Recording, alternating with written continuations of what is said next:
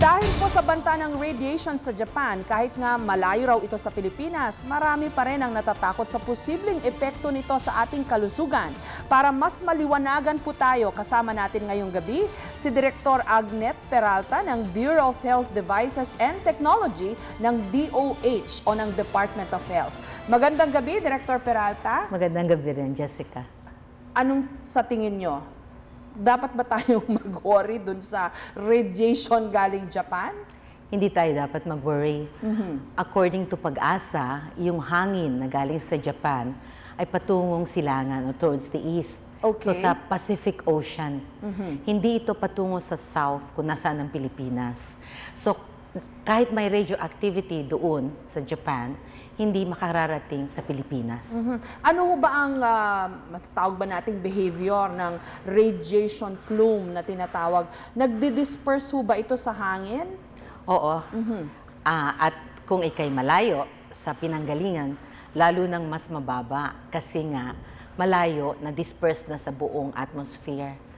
So hindi dapat tayo talaga dapat matakot. Okay, hindi ho ba yan nahuhulog sa tubig kung saan naman maraming isda na nakakain din po ng tao? Baka humalo sa food chain. Oo, of course, babagsak yon. In fact, kung may ulan, babagsak talaga dun sa kung saan man sa earth. So kung sa tubig, pupunta sa tubig at soluble yung ibang mga fission products, pwede ngang makain ng mga isda.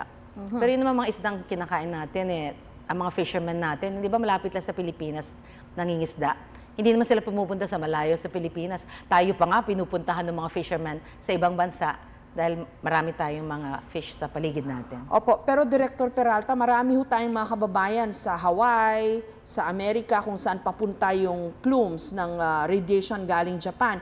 At yung mga kababayan din naman natin na nandun sa Fukushima, kung saan mataas na yung radiation level.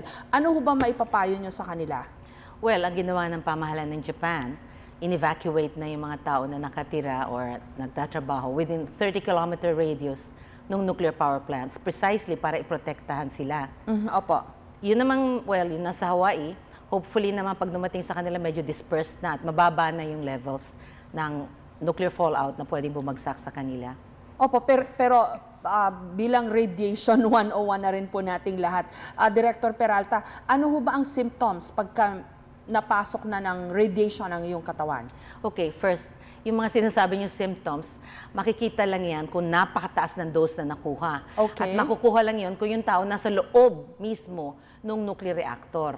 Wala naman tayong kababayan na nagtatrabaho doon sa loob ng reactor. So, wala talaga makikitang symptoms sa ating mga kababayan or even doon sa mga tao na madadaanan ng plume. Kasi yung dose napakataas para magkaroon ng mga simptomas. But it helps if you cover yourself, tama ho ba yun? At yung mga bahay, lalagyan ng mga tuwalya na basa. Ganyan ho yata yung mga pinapayo ngayon sa mga taga-Fukushima. Duct tape, etc. Ang pagpayo sa kanila noon ay dahil sa kung may levels nga, may lumabas na radioactivity, pumunta sila sa loob ng bahay nila at saka takpan nga yung madadaanan. Kasi nga airborne yung radioactivity. So pwede yung hangin ipasok sa kanilang bahay, yung radioactive substances.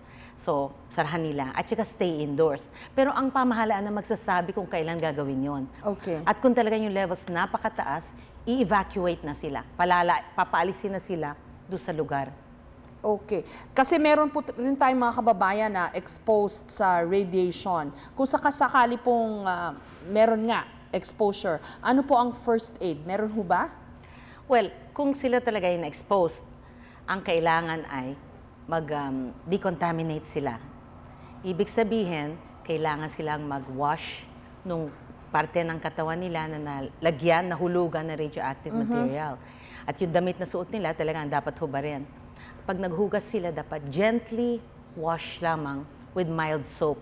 Okay. Tapos hindi dapat nag-splash yung tubig kasi yung tubig na pang-wash off, syempre may radioactive material na yun, yung ang inalis sa kanilang katawan.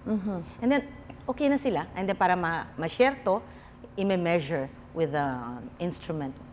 Sabi ho nila may radiation din galing sa TV at lalo na sa computer at cellphone. Tama ho ba na medyo bawas-bawasan ang paggamit din itong mga gadgets na ito? Ibang klaseng radiation yun. Alam mo, pag sinabi radiation, maraming klase. Opo. Yung radiation galing sa radioactive materials at galing din sa X-ray machine, tinatawag yan na ionizing radiation. And it has been proven to cause an increase in incidence of cancer, etc., etc. Pero yung radiation galing sa TV, sa cellphone, sa microwave oven, ibang klase naman yun. Computer po, kasi uso-uso ngayon ng pagpupuyat sa Facebook at Twitter. Paano ho ba yun? Yung sa computer, it's visible light radiation, radio frequency. Wala, just relax lang sila. Huwag Hindi sila masama matakot. sa kalusugan. Ibang-iba yun sa X-ray at sa alpha, beta, and gamma rays. Pero masama sa mata. Well, At sa mapapagod yung mata. pag-aaral. Maraming salamat po, Director Agnet Peralta ng DOH. Maraming salamat sa inyong mga ibinigay na tips sa ating Radiation 101. Magandang Salamat gabi din. po.